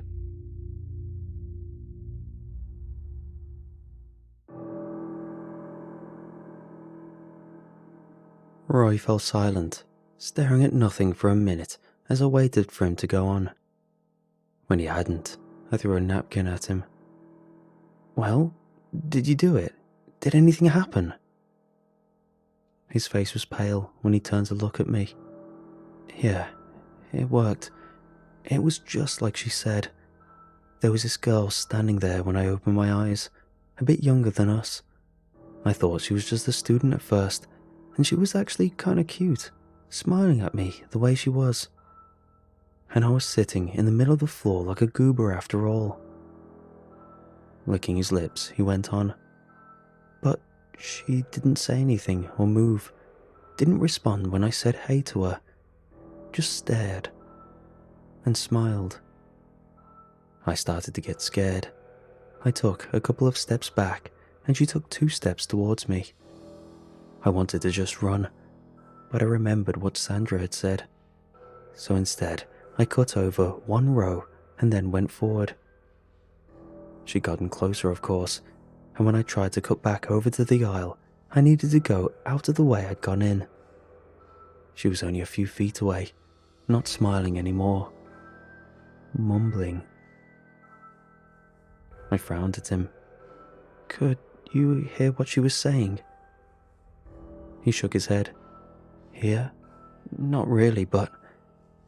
He sighed, pointing at his ear. Look, I got these implants when I was 12, but my hearing had started going when I was like 5 or 6. I learned to get by through paying close attention to what I could hear and by reading lips. Even now, I still look at people's lips a lot when they talk. I was scared witless and in a hurry, but it didn't stop me from seeing some of what she was saying. What was it? Trembling, he looked up at me. It said it would always find me, and that it was okay, that I couldn't get away because I was already there, that I'd always been there. Sitting back, I puffed out a breath. Get lost, dude. That's a creepy story. You should write that down. He stared at me for a moment in disbelief. It's not a story, you asshole. It really happened. I got away from her, at least for now, but damn, man. Sandra's gone. Gone? What do you mean gone? Like she's moved or something? Standing up, he started pacing the living room, hands clenching and unclenching into fists. No, like she's disappeared. When I left the library to find her, to tell her I believed her, she wasn't at home, doesn't answer her phone. That was 4 days ago, and she hasn't been to work or anywhere else. No one knows where she is. Damn, man. I'm sorry. I didn't know. Did you call the cops? He nodded. I talked to him. So did her parents in Iowa, who also haven't heard from her. They're actually heading out here tomorrow, or Thursday, I think. Okay, well, yeah, I mean, maybe they can help you find her, and I'm glad to help too. Roy was already shaking his head. You don't get it, man. They're not going to find her. It's not like the cops found some sign of someone snatching her or something. She just disappeared, because something is different now. I raised an eyebrow at him. What do you mean? He kept pacing, his eyes flicking to the windows again, and then to the far corners of the room. What are the odds of me finding a weird spot so soon after her telling me about them? It's like her telling me about it infected me or something, or the guy after her told one of his buddies to start trying to get to me, give me a door and see if I'm dumb enough to step through.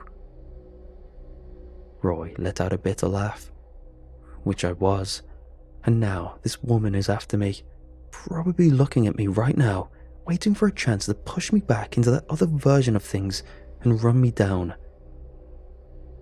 He glanced at me, his face haunted. That's what struck me last night. Sandra's gone, and they're after me. So I have to stay vigilant, stay in crowds, avoid spots that are strange, and I need to put distance between me and that girl. Roy gave me a humorless smile. Maybe that's why it took the guy so long to find Sandra again. Maybe it has to be walking or running. You know, steps. If you ride or fly, maybe they have to just stop wherever they are. It's only when you walk away from them that they can try to catch up to you. He shrugged. Damn, I don't know. I know that I plan to be gone before her parents get here. They're probably going to think I did something to her if I disappear, but I have bigger problems than that right now. He let out a sigh. You're my friend, and I didn't want you thinking I did something to hurt someone when I'm gone. And... His eyes widened. Damn, now that I think about it, maybe I've put you in danger just telling you about it. I mean it as an explanation, a warning even. But maybe I'm just making it worse. I need to go. I tried to stop him, but he wouldn't listen.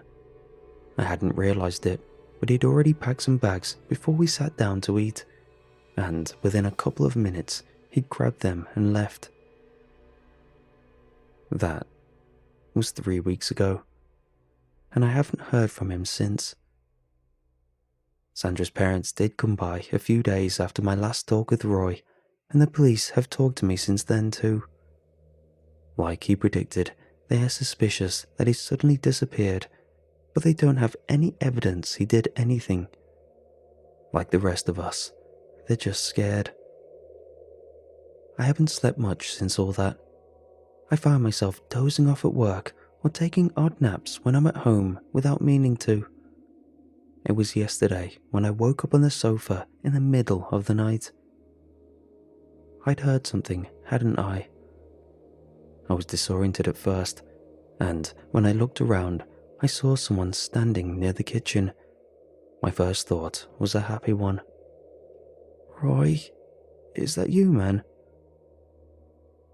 The figure didn't say anything, didn't move, and walked up a bit more. I realized the silhouette looked shorter than Roy's would have been. Heart pounding, I reached over and turned on a lamp. It was a teenage boy I'd never seen before, just standing there, staring and smiling. I thought of Roy's story immediately, but I didn't understand. The room, it felt weird. The air felt thick and electric, and even though I'd lived there for 5 years, everything seemed slightly off, slightly alien. No, I hadn't played the game. I was just sitting alone with my eyes closed, asleep, and what had woken me up? It might have been a bell. I stood up shakily. "Hello?" I tried to make my voice stern. I was the adult after all. "What are you doing here?" No response. Just staring and smiling. I wanted to yell at him or run out through the sliding glass door, but I forced myself to stop and think. How had I come into the room before I fell asleep? Had the room been weird then and I didn't notice, or had it changed while I was asleep? I didn't know if it mattered, but I knew I'd come in through the front door and sat down on the couch to watch TV for a few minutes, and I hadn't gone back up since falling asleep. That meant I needed to go past the kitchen to get to the front door and get out the way I'd gone in. That meant I'd have to walk within a foot of the thing that was watching me. It was hard to even take a step forward. I didn't know what would happen if it touched me, and I didn't know if it could grab me while I was moving toward it, so long as it didn't take a step. Assuming all these rules were actually rules at all. But I had to try something, and I couldn't stay in there with that thing. So I forced myself to take a step, and then another and another, angling myself toward the wall farthest from him, while making sure I traveled toward him more than I went to the side. The boy seemed to tense once or twice, as though anticipating being able to step forward, but every time I'd correct enough that he had to stay still, his smile seeming to widen a bit as I drew nearer. I was 10 feet away when he began to mutter and mumble under his breath, his lips moving slow at first, and then more quickly as I got closer. I was pressed against the wall now, sliding along it, knocking off a picture and raking my back against the light switch in my effort to stay as far away from him as possible. It was working so far, but my fear was that as soon as I was past him, he'd just turn and grab me before I could get the door open and get away. Drawing even with him, I stopped. He had to turn to face me, less than 2 feet between us, but he hadn't reached out a hand yet. My next step. He'd be on me if he could reach me in time. It was hard to think. I was so scared. He looked like a normal boy, but he still seemed wrong, much like the room looked normal but didn't feel that way. I could hear his voice, and I thought I could make out a few words here and there. Him saying I should just go with him, that it didn't matter because I was already there. God damn it, no. I couldn't listen to that. I had to get away, but the second No. I was looking at it wrong. The time didn't matter. The space did. If what Roy had said was right, I just had to take a big enough jump that he couldn't reach me in one step. A big enough step to get to the door, open it, and get out with my next one. I looked at the front door and then back at him. I could see him tensing, getting ready to pounce. His legs were a lot shorter than mine, but his arms were long. and I had to stop overthinking it and just go. So I did. Shifting my weight to my right foot, I did a side jump as far and as fast as I could. When I landed, I would have fallen but for my shoulder slamming into the front door, the knob digging into my hip painfully as I slid aside and started to turn it. Opening the door, I looked around. The boy's fingers were inches from my back. I could try to close the door behind me, but I had no way of knowing if it would stop him or even slow him down.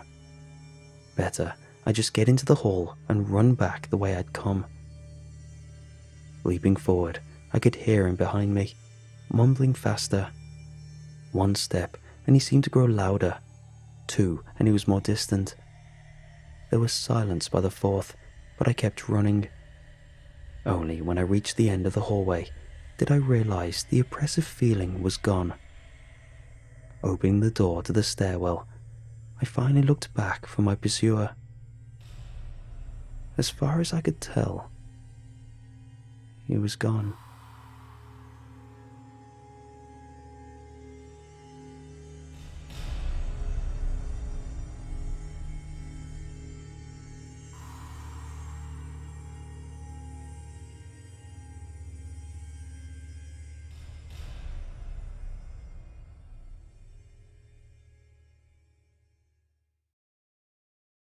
Just kill it. We have to destroy it, I declared. We won't be able to establish a connection with Jennifer again until we do so. How do we take out something like that? It can literally absorb bullets. Ashley rebuts, still just a bit frantic. Well, then we have to try a different kind of weapon.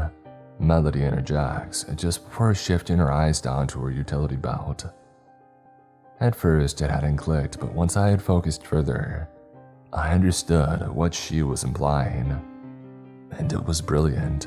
Melody then reached down into her belt and retrieved her flare that she had been given just after the briefing.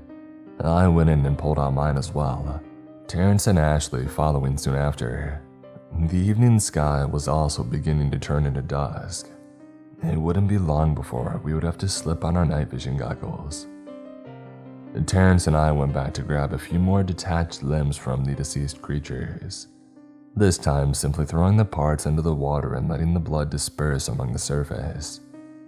Alright now, get ready, I said, ordering the 3 of them to retrieve their flares and prepare for the creature to emerge. I took out my flare once the rest of the team had them ready, all of us standing in a horizontal formation. As I stood there and waited for the serpent to return, the possibility of it having figured out our little trick by this point dawned on me. Throughout this job, I had encountered some extremely intelligent entities, some of which were smarter than humans, and this might have been one of them. It's probably trying to wait us out, thinking it might know what we're trying to do, Ashley announced after lowering her flare back into her belt. Anybody got any better ideas? But it felt a bit too early to call it a day because things just got too quiet. And when things got too quiet in a place like this, it never meant anything good. But of course, this silence didn't last long, because it wasn't long before I felt patterned rumbling beneath my feet, as if something heavy was hitting the ground in a repeated manner. And Terrence was the first to make a significant physical reaction to it.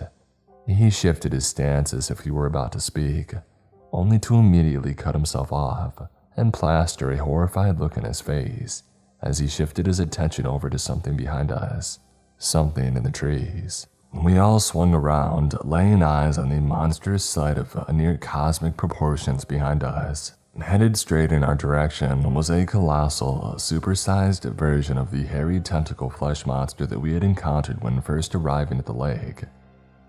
In height alone, this disgusting behemoth reached well over 30 feet, and the width was at least double that, and once again, there were no eyes, no mouth, and no truly defining features. Just a grotesque and hideous mountain of sloppily laid on fur, with nightmarish appendages flailing every which way. It was safe to say that we were stuck between a rock and a hard place. We couldn't retreat into the water and risk ourselves being torn to shreds by the serpent, who was likely waiting. So instead, we had to go slightly off our arbitrarily chosen path and book it out of the area. We wouldn't be able to kill that thing without it killing at least one or two of us in the process, not in this spot. Not to mention the risk of these serpents rising up from the lake and attacking us while our backs were turned. "Run, now!" I shouted with more urgency than ever before. All of us turned to the left and began to run. All of us with the exception of Ashley, who had been closest to the creature. As she started to flee, one of the tentacles shot out and wrapped itself around her arm, beginning to pull her towards the hunk of flesh. But she quickly reached into her utility belt with her free hand, pulling out a large hunting knife and then turning to slice the appendage off. She came down on it with unyielding force, letting out a pained groan as the blade connected, and it sliced right through the tissue of the tentacle, severing it and allowing the mucus-colored blood to spew in every direction. I turned, firing off several shots at the creature in order to hold it back long enough for her to further herself from it. It didn't appear too fazed by shots to the body, however. It seemed damage to the tentacles themselves were what truly caused it pain. "This way," I bellowed as I held my rifle and kept on charging forward. The three other agents at my side as we dodged past trees, leapt over bushes and avoided rocks and ditches. The tentacle creature was rather slow, so I wasn't very worried about it actually catching us. What did worry me, however, was looking to my left and once again, seeing that colossal displacement in the water yet again. Those lines on its back glowing brighter than the previous time. I could only hope that it wasn't producing some sort of ionizing radiation. The serpent kept swimming alongside us, easily keeping pace as we ran from the tentacle creature, and I thought that we were truly trapped with nowhere to go. Until I hatched an idea. "All of you, stop." And believe me, they did, right before looking at me like I was completely insane. And for this idea, maybe I was, to them anyway. "We've seen them go at each other, right? Well, let's make that happen again." "You want to have these freaks fight?" Ashley asked with a dumbfounded expression. "Did you forget we used to have a certain freak of our own?" I shot back, more urgency in my tone as the tentacle creature covered more ground towards us. "We're running out of time and we need to get that data before it gets destroyed." I then turned towards the lake, squinting my eyes as I saw the bright lines of the serpent's back vanish deeper beneath the surface. I know that it was still focused on us, that it still wanted all of us dead, but it wanted to throw us off. I've always thought that cryptids were smarter than they were given credit for. Not that I would ever say something like that in front of Jennifer or my other superiors. "The snake's going to circle back and we have to get him up onto the land at the right time," I announced, keeping my eye on the Cthulhu-like monstrosity. "And I know just how we're going to do it. Grab your flares." They obliged, but I still ordered them to wait for just the right moment to light them. We were out of options and I needed something that would work out just this once. So far, everything that could go wrong in this operation had, and I was not intending to keep failing anymore. As the four of us all held our flares in place, I put a hand up, letting the team know to wait for my signal. The serpent had surfaced above the water about a dozen yards away from the bank, the top of his head and subsequently eyes poking out of the lake, as he doubled back and began swimming toward us in a fashion similar to an alligator. As what I began calling Tiny Cthulhu approached us, I had the team take a few steps back, wanting to make enough space for these two horrific titans to intersect when the time was right. But only mere seconds passed before the serpent was just a few dozen feet away from the bank and Tiny Cthulhu was nearly in range to begin reaching out with his tentacles. "Light them up now," I howled, striking my own flare as the team quickly followed suit. And once they were ablaze, we all launched them full force at Tiny Cthulhu, before immediately turning and booking it to get the heck out of the way.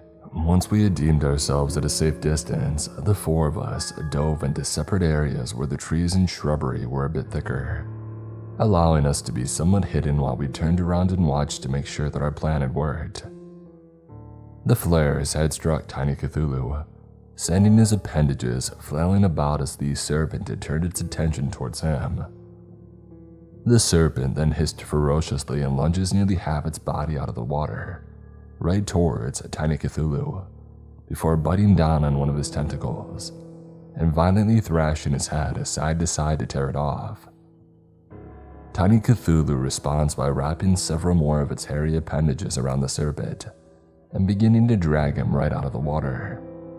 But then the serpent forcefully pulls back, tearing off the tentacle that he had just previously clamped down, and releasing the severed limb from his jaws onto the ground. As a result, Tiny Cthulhu's blood spills like a can of paint that had just been tipped over, effectively coating 100 square feet of grass in the disgusting green and brown color. The serpent then drops the limb, all of us watching in anticipation as it rolled along the ground, after which the giant reptile opened its jaws, hissing and preparing for another attack.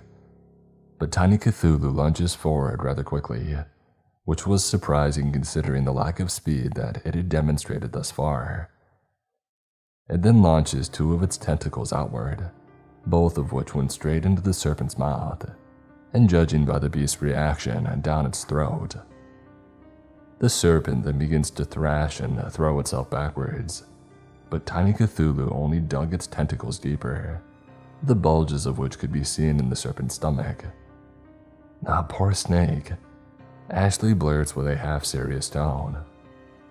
The serpent then clamps its jaws down, attempting to bite and tear off these 2 limbs, but Tiny Cthulhu didn't back down. Despite what I think was pain and blood gushing from the bite wounds, it did nothing to stop him. Tiny Cthulhu proceeds to shove another tentacle down the serpent's throat, and then 2 more, after which Tiny Cthulhu then begins to retract them, and brutally so. I could practically feel the force at which it pulls back with, as if it planned to tear out every organ in one go. And as if on cue, Tiny Cthulhu does one final quick yank backwards.